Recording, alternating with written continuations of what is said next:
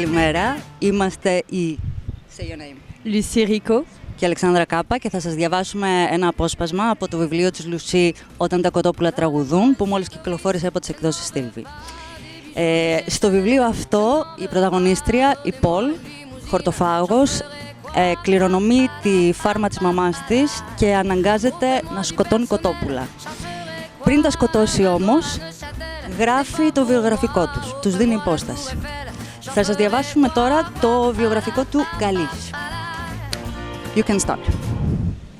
Gallus était au plus bas dans la hiérarchie des poulets.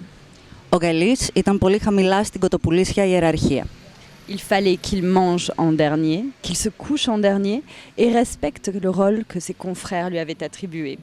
Αναγκασμένος να τρώει πάντα τελευταίος, να κοιμάται τελευταίος και να τηρεί πιστά όσα του υπαγόρευε ο ρόλος επιβεβλημένος από τα άλλα κοτόπουλα. Son héritage génétique l'avait décidé pour lui. Η γενετική του κληρονομιά είχε αποφασίσει για εκείνον.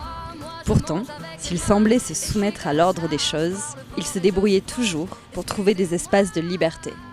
Παρόλο που έμοιαζε να υποτάσσεται στην τάξη των πραγμάτων, τα κατάφερνε να βρίσκει πάντα πεδία ελευθερίας. Aujourd'hui, chacun lui chante son amour à travers les nuages. Σήμερα όλοι του τραγουδούν την αγάπη τους ανάμεσα στα σύννεφα.